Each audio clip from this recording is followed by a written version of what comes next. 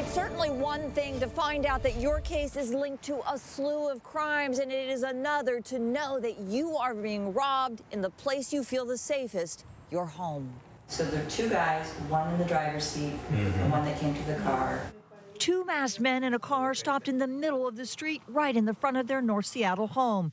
Elena was just getting home from work, parked her car, was in the driveway heading to the front door when it happened. Seeing a group of people with ski masks just running towards you, like, you know, that's a little terrifying. What came next? Beyond terrifying. She thought she was in danger. She tried to run, so they grabbed her purse and then pushed her. Her son Isaiah happened to be home from college break, heard his mother's screams and pounding on the door. He got her inside quickly and saw the suspects drive off. To just rob someone straight in front of your house, like, you know, being home, you're kind of like, you feel safe. And now to be just robbed in front of your doorstep is crazy. She was still like really terrified and panicked. Well, she was thinking about her family, kids. The what ifs are haunting her. What if it was one of her sons? Her husband Gerardo raced home from work. She couldn't even talk. She was like shaking. And This may have been a crime of opportunity, but the family also knows the suspects who robbed her, police say, are linked to a rash of crimes that played out a short time later, including this two-car collision right on Lake City Way during the end of rush hour. Police say both cars were stolen. Then came a man carjacked, a gun held to his head. At one point, he jumped out of his car. Police arrived, found him, and busted the 19-year-old suspect. Police say that teen tried to run away. Seattle police confirming all three incidents are related. That's just unfortunate. It's just, I feel a little upset. I'm more mad just because I wanted to do something.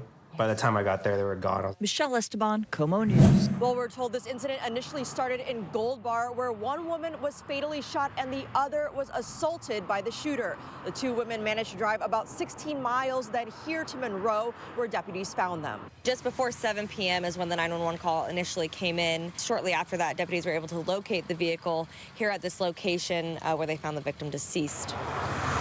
The Snohomish County Sheriff's Office responding to a 911 call from a frantic driver, reporting they had been shot at in Gold Bar. When deputies tracked the two women down near Old Owen Road and Highway 2 in Monroe, they found a 32-year-old woman in the passenger seat of this car dead. The other woman was taken to the hospital with non-life-threatening injuries. To my knowledge, in the time I've been here, in fact forever, Monroe hasn't had a shooting incident like this. Be very uncharacteristic, not unexpected, because it's a dynamic situation in the whole area. Neighbors nearby heard the sirens, but were unsure what the commotion was about. Surprised to hear it was a fatal shooting. I like feeling like I live in a small town in the country, and these kinds of things happen. I texted my mom immediately because she lives out there. And I was like, did you hear about this? This is so crazy. Like, this never happens. The surviving victim told investigators they met up with a man near the Big Eddy boat launch in Gold Bar Tuesday night.